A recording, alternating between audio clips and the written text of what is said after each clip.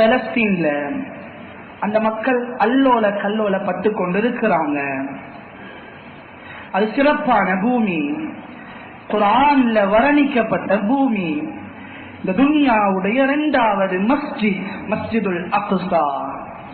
அஹப்புல் பிலாதி இலல்லாஹி மசாஜிதுஹா. ஒவ்வொரு ஊர்லயும் அல்லாஹ்க்கு விருப்பமான இடம் அவன் மஸ்ஜித். அவன் உரிமையாக பேசினது வஇன்னல் மசாஜித லில்லாஹ்.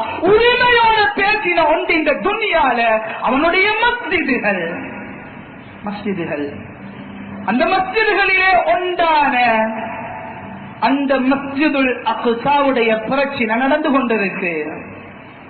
சுப்ஹானல்லதி அஸ்ரா பிஅப்திஹி லைலன் மினல் மஸ்ஜிதில் ஹராம் இலல் மஸ்ஜிதில் அக்ஸா அல்லதி பாரக்னா ஹவ்லஹு லினுரியஹு மின் ஆயாத்தினா இன்னஹு ஹுவஸ் ஸமீஉல் பஸீர்.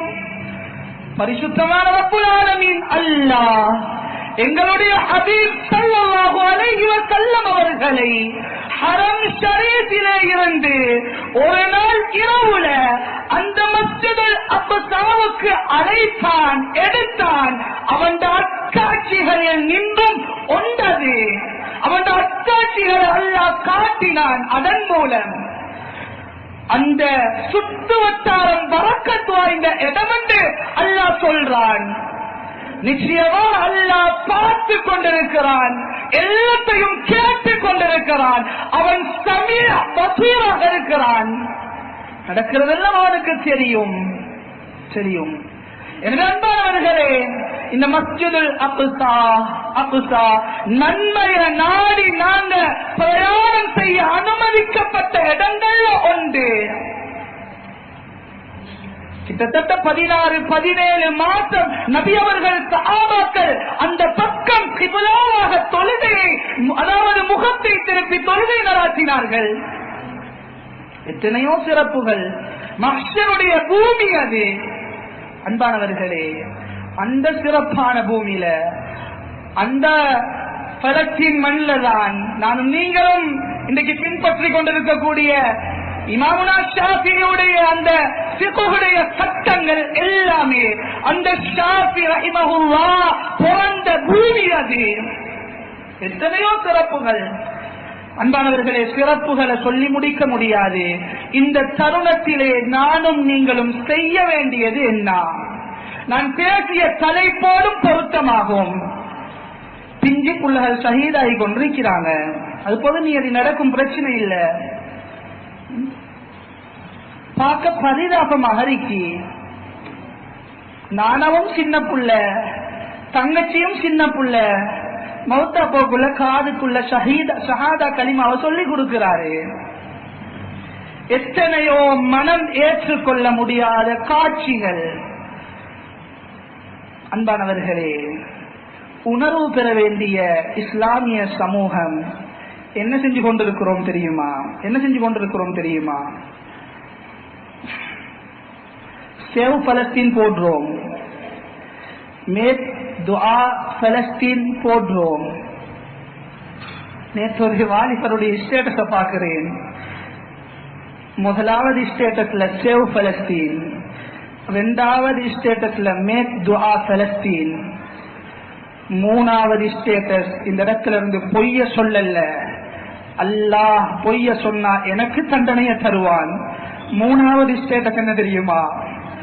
படம் ஹோலுக்குள்ள போயிட்டு நேற்று படம் ரிலீஸ் ஆகினு முதல் காட்சியை பார்த்துட்டு ஸ்டேட்டஸ் போடுறாரு. சமூகம் உணர்விழந்திருக்கு. பேஸ்புக்ல தள்ளி கொண்டு போனா சேவ் பலஸ்தீன், மேக் பலஸ்தீன், துஆ பலஸ்தீன். அதுக்கு கீழே பார்த்தா ஒரு உம்மா பட போஸ்டருக்கு கீழால 2 மகனையும் வச்சு அவங்களும் படத்துக்கு போனேன்றத காட்டுறதுக்கு போட்டோவும் பிடிச்சி சோசியல் மீடியால போட்டிருக்கிறாங்க. சமூகம் உணர்விழந்திருக்கிறோம். அன்பானவர்களே, உணர்வு பெறுங்க. எப்ப அந்த பூமிக்கு விரிவு கிடைக்கும் எத்தனையோ ஜும்மாக்கள்ல சொல்லி இருப்பாங்க உலமாக்கள், எப்படி எங்களுக்கு ஜும்மாண்டா ஒரு தானாக ஒரு உணர்வு வருதோ, ஜும்மாண்டா எல்லாத்தையும் விட்டுட்டு இந்த சமூகம் வாராங்களோ, ஜும்மாண்டா இந்த சமூகம் ஒரு முதலுரிமை கொடுக்கிறாங்களோ,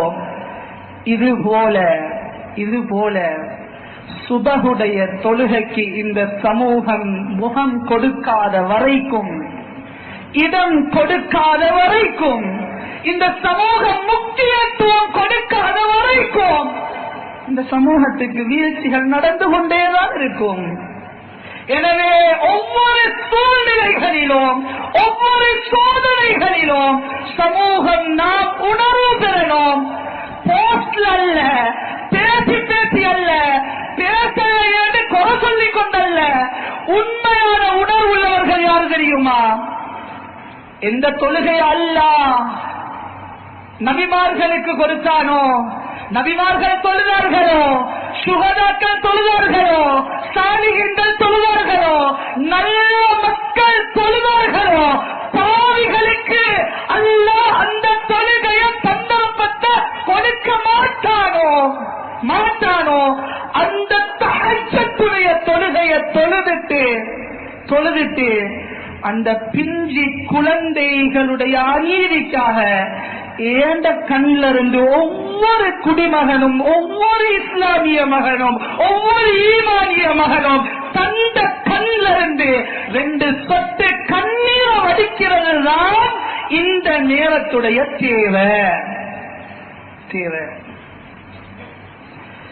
இதை செஞ்சால், இதை செய்யறோம் என்றால், இதைத்தான் செய்ய வேணும் என்றால் உண்மையாகவே ஓரளவு அவர்களுடைய அந்த வெற்றியங்களுக்கு சந்தோஷமாக பார்க்கலும். அப்படி இல்லாம இப்படி நாங்க இன்னும் ரப்ப கோபப்படுத்திக் கொண்டு எங்களோட செயற்பாடுகள் ஆக்கி கொண்டு எங்களோட உறவுகளுக்கு வெற்றி கிடைக்கும் என்று நாங்க அல்லாஹ்வை நம்பும் பொழுது எங்கட பக்கத்துல இருந்து போற அந்த ரப்பிடத்துல கேட்கிற அந்த உதவிகள் அது பூர்த்தியாக கிடைக்காது.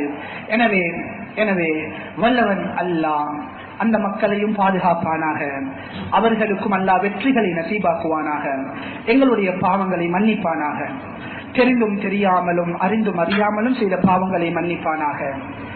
நிச்சயமாக ரப்புல் ஆலமீன் நாயனே, நீ கிருபையாளனாக இருக்கிறாய் அல்லாஹ். உன் அன்பை சொல்லி முடிக்க முடியாது அல்லாஹ், அந்த அளவுக்கு அன்பாளன் அல்லாஹ். ரப்பே நாயனே, பல கொலைகள் செய்தவனுக்கு கூட நீ அன்பு காட்டினாய் அல்லாஹ். உன்னை இல்லை என்று சொன்னவர்களுக்கு கூட அன்பு காட்டினாய் அல்லாஹ். உன் காபத்துல்லாவுக்கு அநியாயம் செய்தவர்களுக்கு கூட அன்பு காட்டினாய் அல்லாஹ். உன் ஹபீபுக்கு அநியாயம் செய்தவர்களுக்கு கூட அன்பு காட்டினாய் அல்லாஹ்.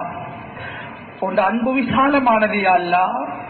நீ தந்த சொத்து செல்வம் அல்லாஹ், நீ தந்த வீடு வாசல் அல்லாஹ், நீ தந்த மனைவி மக்கள் அல்லாஹ், நீ தந்த ஆற்றல் அல்லாஹ், நீ தந்த குழந்தைகள் அல்லாஹ், நீ தந்த ஆரோக்கியம் அல்லாஹ், இது அத்தனையுமே நீ தந்தது ரப்பே. நீ தந்த இத்தனையையும் வைத்து நாயனே உனக்கு எவ்வளவோ மாற்றம் செஞ்சோம் அல்லாஹ், அநியாயம் செஞ்சோம் அல்லாஹ், எத்தனையோ தொழுகைகளை பாலடிச்சோம் அல்லாஹ், ஒரு தடவை வாழ்ந்த மௌத்த மறந்து வாழ்ந்தோம் அல்லாஹ். இருப்பினும் அல்லாஹ் இந்த நொடி வரைக்கும் ரப்பே நீ எங்களை கையுடல்ல அல்லாஹ், உன் அன்பை விட்டு தூரமாக்கல்ல அல்லாஹ், உன் அருளை விட்டு தூரமாக்கல்ல அல்லாஹ். போகுமிடமெல்லாம் கண்ணியத்தை தந்தாய் அல்லாஹ், தொட்டல் எல்லாத்தையும் பொன்னாக்கி தந்தாய் அல்லாஹ். எந்த ஒரு குறையுமே வைக்கல ரப்பே. உன் அருளை விட்டு நாயனே ஒரு அணுமொழிவு தூரமாகி இருந்தா எப்பயோ அழிஞ்சு பேசிருப்போம் அல்லாஹ், எப்பயோ இல்லாம பேசிருப்போம் அல்லாஹ். அப்படி நாயனே உன் அன்போடையே வாழ்ந்து உன் அன்போடையே மௌத்தாகும் பாக்கியத்தை தாய் அல்லாஹ்.